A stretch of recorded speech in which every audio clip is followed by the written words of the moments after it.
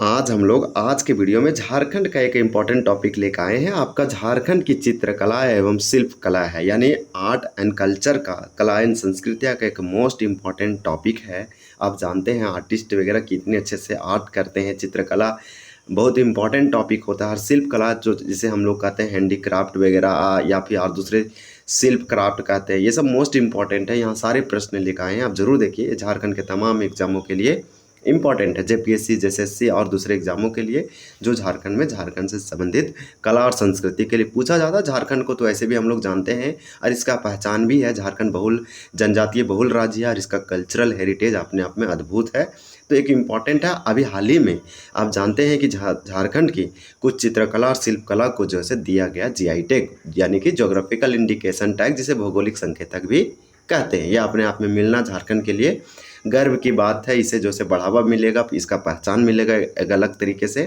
तो ये टॉपिक आपको तमाम एग्जामों के लिए इंपॉर्टेंट है। क्षेत्रीय कार्यकर्ती, यानी कि क्षेत्रीय कार्यकर्ता कहने का मतलब जैसे फील्ड वर्कर हो गया, कछपाल हो गया, इसी प्रकार से कांस्टेबल है और जितने भी एग्जाम है जो जैसे लेगा अभी फिलहाल उसके लिए और आने वाले सालों के लिए। तो आप यहाँ से बहुत अच्छे से प्रैक्टिस और रिविजन कर सकते हैं। आप कोशिश कीजिए कि टोटल यहाँ पे जो प्रश्न है हम आपको बता दे रहे हैं कि टोटल प्रश्न जो है 36। आप यहाँ कोशिश कीजिए कि 36 में कितना ला रहे हैं। हम लोग क्वेश्चन को देखेंगे बहुत अच्छे से। हम लोग ऑलरेडी ऐसे टॉपिक को बहुत बार कंप्लीट किए, लेकिन फिर से हम लोग यहाँ पे कंप्लीट कर रहे हैं। अच्छे प्रश्न है। देखिए, झारखंड की आदिवासी चित्रकला की परंपरा किस काल से चली आ रही है? तो यहाँ पे आपका जैसे बी होगा प्रागैतिहासिक काल, यानी बहुत ही ज़्यादा जो प्री हिस्टोरिक जो टाइम होता है ना, हिस्ट्री से भी पहले का बोल रहा, प्री हिस्टोरिक टाइम यानी प्रागैतिहासिक काल से झारखंड की आदिवासी का बात कर दिया। आदिवासी का मतलब क्या था? आदिकाल से रहने वाले लोग। तो बहुत जो अर्ली मैन था, जो बहुत शुरुआती जो था, जो स्टोन वगैरह का यूज करता था, उससे भी पहले का। तो झारखंड का आदिवासी यूज किया। चित्रकला बोल रहा है तो आपका प्रागैतिहासिक काल ही आंसर होगा। ब्रिटिश काल में ऐसा कुछ नहीं, इस तो बाद में इस बोल सकते हैं मॉडर्न चित्रकला डेवलप हुआ। इसी प्रकार से आधुनिक और मध्यकाल नहीं होगा। अगर जब भी पूछा जाए कि आदिवासी चित्रकला परंपरा किस काल से चली आ रही झारखंड की, तो आपका यहाँ पे प्रागैतिहासिक काल हो जाएगा। इसी प्रकार से आपका अगला प्रश्न है कि हजारीबाग जिले में स्थित शैल चित्रकला यानी रॉक पेंटिंग का मुख्य स्थान कौन सा है? तो सिंपल 2 का आंसर आपका यहाँ पे हो जाएगा। ये आपका सीता पहाड़ होगा। तो यहाँ पे आपको बता देते हैं कि हजारीबाग जिला में जो शैल चित्रकला है यानी रॉक पेंटिंग है, वो सीता पहाड़ पर है। ये पूछा कि प्रमुख स्थान कौन सा है? हजारीबाग में इसको आपको पेंटिंग देखने को मिलेगा, ये भी इम्पोर्टेंट है। आपका अगला प्रश्न है कि देखिए, थेथांगी गुफा से किस जीव के आकार का प्रसिद्ध मानव चित्र प्राप्त हुआ है? तो यहाँ पे 3 का आंसर आपका ये हो जाएगा, यानी कि मेढक जैसा मानव का चित्र है। अब आपका अगला प्रश्न है, सूर्य का चित्र आपको कहाँ मिला है? सूर्य जैसे भूल भुलैया तक आपका ये मिला है, आप जानते हैं यहाँ पे। तो इसको चित्रकला आप याद रखिएगा। देखिए, देवठान चित्रकला मुख्य रूप से किस पर्व के शुभ अवसर पर मनाई जाती है? तो यहाँ पे आपका किस पर्व पर यह मनाया जाता है? देवठान चित्रकला है। तो आपका 4 का राइट आंसर सी होगा, देव जागरण पर्व पर। अब आपका अगला प्रश्न है। देखिए, प्रश्न ये है कि झारखंड का कौन सा जिला जो है सोहराई चित्रकला के लिए सर्वाधिक प्रसिद्ध माना जाता है? तो 5 का राइट आंसर आपका यहाँ पे डी होगा, हजारीबाग। हजारीबाग सोहराय, हजारीबाग जो है सोहराय और कोहबर पेंटिंग चित्रकला के लिए बहुत फेमस है और यहीं से इसका विकसित हुआ। ये झारखंड में फैला, अब धीरे धीरे भारत और दुनिया में फैल रहा है। जब मोदी दूसरे देश जाते हैं तो कहीं कहीं जो है इस पेंटिंग से बना हुआ गिफ्ट देते हैं, जो कि इम्पोर्टेंट भी है। इसे 2020 में जो से जीआई टैग भौगोलिक संकेतक दिया गया था, मोस्ट इम्पॉर्टेंट है। फिर इसी प्रकार से सोहराई चित्रकला का मुख्य विषय थीम निम्नलिखित में से क्या होता है? तो आपका 6 का राइट आंसर सी होगा, ये पशु पक्षी पेड़ पौधे पशुपति शिव ये सब बनाए जाते हैं। ये पूछा कि जब कोई सोहराय चित्रकला पेंटिंग करता है तो उसका थीम मुख्य विषय क्या, वो क्या बनाएगा? तो पशु पक्षी पेड़ पौधे यही सब का चित्र बनाएगा और यही पशुपति शिव लिख रखा। तो इसी प्रकार से आपका अगला है कि सोहराई चित्रकला की विशिष्ट शैली में पुरुष चित्रकार मुख्य रूप से क्या भूमिका निभाते हैं? तो यहाँ पे आपका 7 का राइट आंसर बी हो जाएगा कि मंजू सोहराय। तो आप याद रखिएगा, सोहराय चित्रकला की किस विशिष्ट शैली में? तो मंजू सोहराय में। यहाँ पे 2 सोहराय आप जानते हैं कि मंजू सोहराय और कुर्मी सोहराय। इसी प्रकार से बोल रहा है कि सोहराय चित्रकला की कौन सी विशिष्ट शैली है? तो मंजू सोहराय, जिसमें पुरुष चित्रकला अपना भूमिका निभाते हैं। इसी प्रकार से आपका ये सब जो है मोस्ट इम्पॉर्टेंट होगा। अब आपका देखिए अगला प्रश्न है कि सोहराय और कोहबर चित्रकला को किस वर्ष भौगोलिक आप बोल सकते हैं कि संकेतक यानी GI tag geographical indication tag भौगोलिक संकेतक सरकार के द्वारा प्राप्त हुआ था। तो इस प्रकार से आपका 8 का राइट आंसर सी होगा, वर्ष 2020 में दिया गया था। मोस्ट इम्पॉर्टेंट होगा। यहाँ पे देखिए जीआई टैग के बारे में कुछ बता देते हैं ताकि आपका ये जो से इसके बारे में ये समझ में तो आ जाए। जीआई टैग का रजिस्ट्री जो है ये आपका चेन्नई में है। जीआई टैग जो है 1999 अधिनियम के तहत दिया जाता है, इसे पास किया गया था और ये प्रोडक्ट उत्पाद को दिया जाता है जो स्पेशल हो, उस रीजन का सबसे स्पेशल हो पूरे वैसा, जैसा और स्वाद उसका मिठास और उसका और गुण धर्म और किसी में ना पाया जाता हो उसे दिया जाता है। उसे मिलने के बाद उसका प्रोडक्शन, उसमें इन्वेस्टमेंट और उसका जो है डिमांड भी बढ़ता है, नेशनल इंटरनेशनल में एक्सपोर्ट होने लगता है। इस प्रकार से जीआई टैग जो है पहली बार 2003 से 4 में दिया गया था दार्जिलिंग टी को, चाय को। तो ये मोस्ट इंपॉर्टेंट होगा। आपसे लेकर कई चीज़ों को दिया चुका है। झारखंड में टोटल 12 ऐसे उत्पाद है जिसे जीआई टैग दिया जा चुका है। इसी प्रकार से सोहराय चित्रकला को जीआई टैग दिलाने के लिए किस संस्था के द्वारा आवेदन किया गया था? तो 9 का राइट आंसर आपका यहाँ पे बी हो जाएगा, सोहराय कला विकास सहयोगी समिति। तो सोहराय चित्रकला को जीआई टैग ज्योग्राफिकल इंडिकेशन जो है सोहराय कला विकास सहयोग समिति इंस्टीट्यूशन, या फिर आप बोल सकते हैं कि इन्हीं के द्वारा जो है दिलाने का काम किया गया। सोहराय चित्रकला का परंपरागत और मुख्य उद्देश्य क्या रहा है? तो 10 का राइट आंसर बी हो जाएगा, पशुओं की पूजा और उनका संरक्षण करना, यानी एनिमल कंजर्वेशन के लिए मोस्ट इम्पॉर्टेंट है। तो एनिमल की पूजा पाठ करना और उसका कंजर्वेशन, संरक्षण, बचाना, यही है सोहराय चित्रकला का परंपरागत यानी ट्रेडिशनल इसका विषय थीम। कुर्मी सोहराय शैली की मुख्य विशेषता क्या है जो इसे विशिष्ट यानी उत्कृष्ट बनाती है? तो यहाँ पे आपका 11 का राइट आंसर बी हो जाएगा, यह महिलाओं द्वारा चावल के आटे और सिंदूर से जो है बनाई जाती है। तो महिलाओं के द्वारा चावल के आटे और सिंदूर से बनाई जाती है, यही है कुर्मी सोहराय। यह सोहराय का एक प्रकार है, नाम है कुर्मी सोहराय शैली। इसका मुख्य विशेषता आप देख चुके हैं। अब आपका अगला प्रश्न देखिए कि कोहबर चित्रकला मुख्य रूप से किन जनजातियों में अत्यधिक प्रचलित है? कोहबर का मतलब है कि गुफा में विवाहित जोड़ा, इस प्रकार से बोला जाता है। तो कोहबर चित्रकला मुख्य रूप से किन ट्राइब्स या किन जनजातियों में बहुत ज़्यादा प्रचलित, फेमस और प्रसिद्धि है?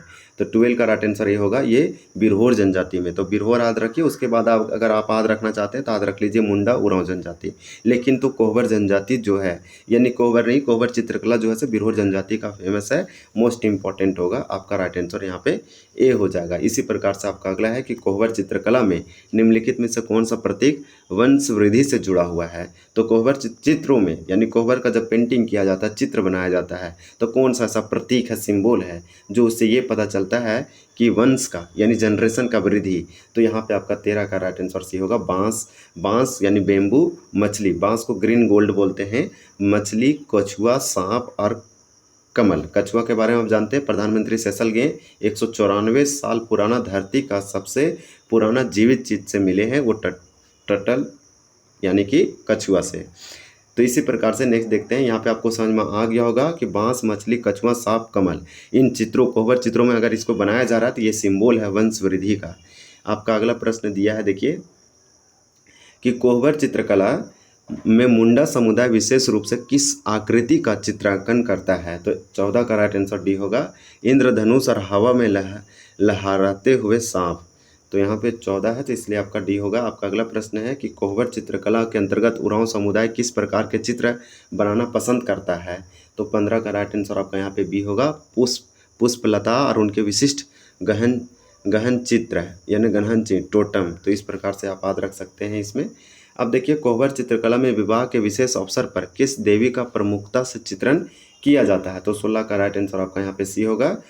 यहाँ पे जो है साई देवी या सी देवी है, ये अच्छा से लिखाया नहीं है लेकिन वो देवी है, सिक्की देवी करके कहते हैं, तो वो आपका जो है राइट आंसर हो जाएगा। कोहबर चित्रकला में विवाह के विशेष अवसर पर किस देवी का प्रमुखता से चित्रण? तो सिक्की देवी याद रखें, यहाँ पे सी देवी लिखा जो गलत लिखा हुआ है। इसके बाद आपको बता देते हैं, भारत सरकार के किस विभाग ने वर्ष 2021 में कोहबर और सोहराय चित्रकला को विशेष लिफाफे जारी किए? तो 17 का आंसर आपका यहाँ पे बी होगा, डाक विभाग ने। डाक विभाग ने, देखिए 2020 में जीआई टैग मिला, ये आपको कोई डाउट नहीं होना चाहिए, लेकिन डाक जिसे बोलते हैं पोस्ट ऑफिस या पोस्ट विभाग डिपार्टमेंट ने भारत सरकार के अंतर्गत आता है, इसलिए बोल रहा है भारत सरकार।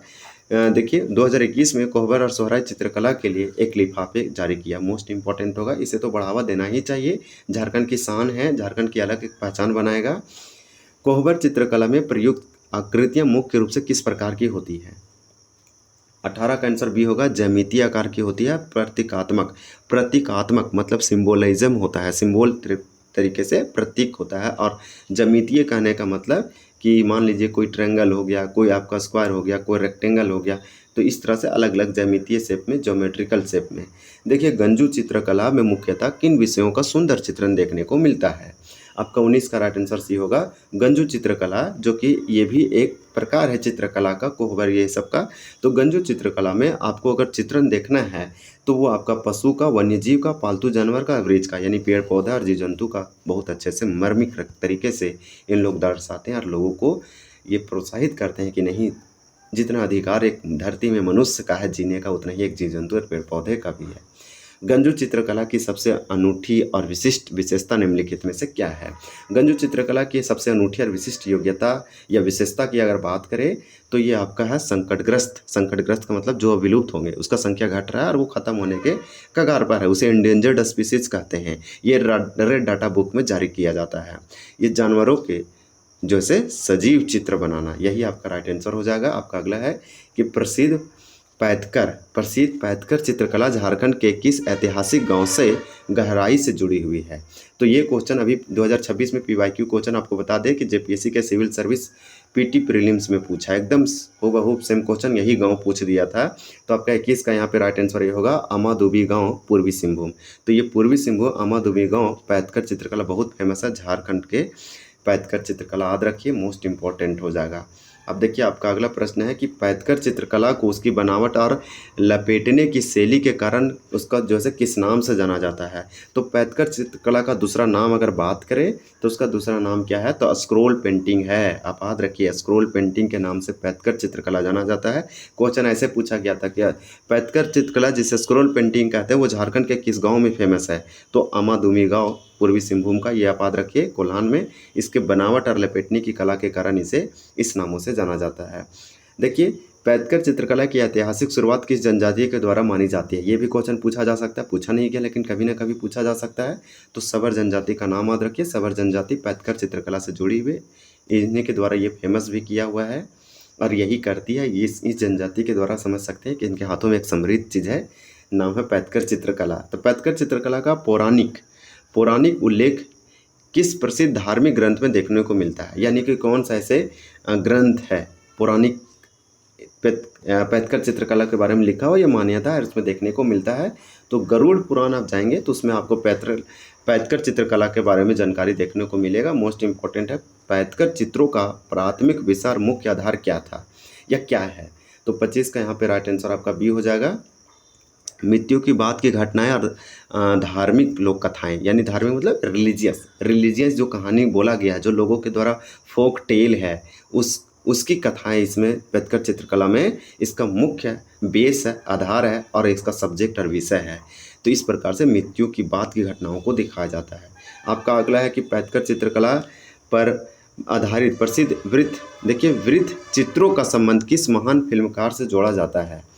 तो 26 का राइट आंसर आपका ये होगा, सात्विक घटक। आप याद रखिए, नहीं सात्विक नहीं, ऋत्विक घटक लिखा हुआ है, तो इसको आप एक बार देख लीजिए। ये आपका ऋत्विक घटक जो हैं ये पैतकर चित्रकला पर आधारित प्रसिद्ध वृत्त चित्रों का संबंध एक जो है फिल्मकार से, नाम है ऋत्विक। अब देखिए अब आपका अगला है कि राणा तेली प्रजापति चित्रकला में मुख्य रूप से किसका सजीव चित्रण जो से किया जाता है? तो 27 का राइट आंसर आपका बी हो जाएगा, शिव की प्राकृतिक पूजा और पर्यावरणीय जीव। तो शिव की प्राकृतिक मतलब भगवान शिव, जिसको आप शिव भोलेनाथ भी बोल सकते हैं। शिव की प्राकृतिक पूजा और पर्यावरणीय जीवन का मतलब इन्वायरमेंटल लाइफ स्टाइल। आप जानते हैं एक स्कीम है जिसका नाम है लाइफ मतलब कि लाइफ स्टाइल फॉर इन्वायरमेंट करके होता है। तो राणा तेली प्रजापति आपका राइट आंसर बी हो जाएगा, आप याद रखिएगा। अब भित्ति चित्रकला है, भित्ति चित्रकला को वॉल पेंटिंग कहते हैं। मुख्य रूप से झारखंड के किस क्षेत्र में किया जाता है या पाया जाता है? तो मुख्य रूप से 28 का बी हो जाएगा। ये संथाल परगना छोटा नागपुर क्षेत्र है। संथाल परगना प्रमंडल और छोटा नागपुर क्षेत्र में आप जाएंगे तो आपको वहाँ पे वॉल पेंटिंग भित्ति चित्र देखने को मिलेगा। झारखंड की एक चित्रकला है जो कि इम्पोर्टेंट है। भित्ति चित्रकला में मुख्य रूप से किस प्रकार के रंगों और आकृतियों का उपयोग किया जाता है? 29 का राइट आंसर आपका बी होगा, ज्यामितीय आकार का, यानी कि यहाँ पे वर्टिकल, ऊर्ध्वा और क्षैतिज हॉरिजॉन्टल रेखाएं। मतलब कि किस प्रकार से इस तरह से रेखाओं का उपयोग किया जाता है। ये आपका जो है से इसे हॉरिजॉन्टल कहते हैं, और वर्टिकल कहने का मतलब इस तरह से बनाया जाता है, डिजाइनकार है। और ज्यामितीय आकृति का मतलब ट्रायंगल हो गया, रेक्टेंगल हो गया, स्क्वायर हो गया, क्वाड्रिलेटरल हो गया। इस प्रकार से आपका यहाँ पे बी हो जाएगा। ये भित्ति चित्रकला के बारे में बताया आपको। आपका अगला प्रश्न है कि झारखंड की भित्ति चित्रकला का ऐतिहासिक संबंध मुख्य रूप से किस जनजाति से? जनजाति पूछ दिया तो क्वेश्चन तो इम्पोर्टेंट है, क्योंकि ये जनजाति इसलिए इम्पोर्टेंट हो जाता है कि ये भित्ति चित्रकला कर रही है, और ऐतिहासिक इसका हिस्टोरिक संबंध है। 30 का राइट आंसर सी हो जाएगा, संथाल जनजाति। संथाल जनजाति जो है से झारखंड की भित्ति चित्रकला से ऐतिहासिक रूप से जुड़ी हुई है, संबंध है। भित्ति चित्रकला का उल्लेख सर्वप्रथम किस विदेशी विद्वान ने अपने ऐतिहासिक पत्रिका या पुस्तक में किया था? तो 31 का राइट आंसर आपका यहाँ पे बी होगा, डब्ल्यू.जी. आर्चर। तो डब्ल्यू.जी. आर्चर आप याद रखिए, डब्ल्यू.जी. आर्चर जो है भित्ति चित्रकला का उल्लेख अपने पत्रिका में यूज किया था, जिसको बुक भी बोला जा रहा है, पत्रिका या बुक। भित्ति चित्रकला का एक प्रमुख स्थल चाय चंपागढ़। चाय चंपागढ़ झारखंड के किस जिले के अंतर्गत आता है? ये बोल रहा है कि भित्ति चित्रकला का एक प्रमुख और इम्पोर्टेंट स्थल है, प्लेस है, रीजन है, और वो जुड़ा हुआ है। वो बोल रहा है कि उसका नाम है चाय चंपागढ़। तो चाय चंपागढ़ भित्ति चित्रकला से संबंध रखता है, यहीं से बोल सकते हैं। ये चाय चंपागढ़ झारखंड के कौन सा जिले में आता है? तो ये हजारीबाग डिस्ट्रिक्ट में आता है। हजारीबाग डिस्ट्रिक्ट का स्थापना 1934 में। आप याद रखिए, सबसे पुराना, सबसे पहले झारखंड में भित्ति चित्रकला में प्रयुक्त होने वाले विशेष रेखात्मक चित्रण को किस नाम से जाना जाता है? तो 33 का सी हो जाएगा। ये देखिए यहाँ पे लिख रखा है जैव जियोमेट्री, यानी ज्यामितीय, यानी इस प्रकार से आपका वर्टिकल जियोमेट्री लिखा हुआ है। अब आपका अगला प्रश्न है कि डब्ल्यू.जी. आर्चर एक विदेश व्यक्ति थे, क्रिश्चियन थे। इस प्रकार से बोल रहा है, वर्ष 1940 में अपनी किस प्रसिद्ध पुस्तक में भित्ति चित्रकला का विस्तृत वर्णन किया था? तो 34 का आपका यहाँ पे राइट आंसर बी हो जाएगा। आप याद रखेगा, वर्टिकल मैन, यानी वर्टिकल मैन, ये आपको तो भूलना ही नहीं है।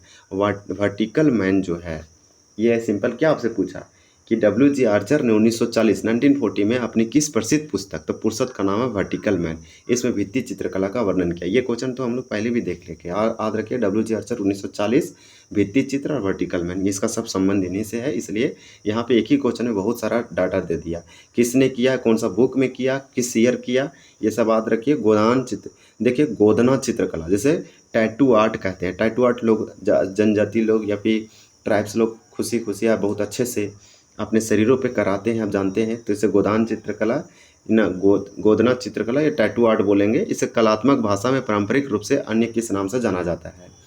तो 35 का आंसर ये हो जाएगा, अंग लेखन कहते हैं।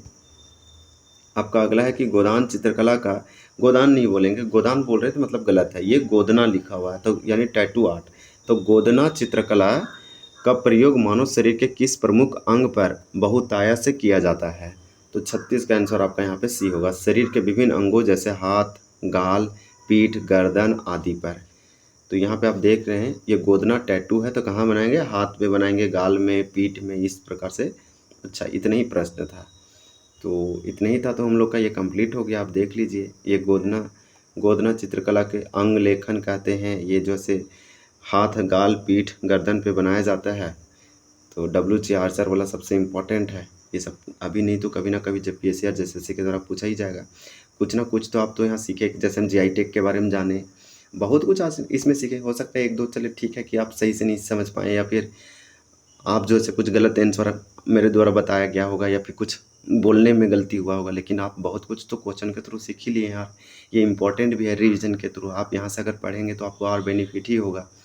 तो इस प्रकार से आप अगला कौन सा टॉपिक चाहते हैं, बेझिझक बोलिए, आपके लिए वो टॉपिक लाया जाएगा। आप देखेंगे तभी तो वीडियो चलेगा, आप नहीं देखेंगे, आप शेयर ही नहीं करेंगे तो कैसे चलेगा। वीडियो देखने के लिए आपका बहुत बहुत धन्यवाद। जय हिंद।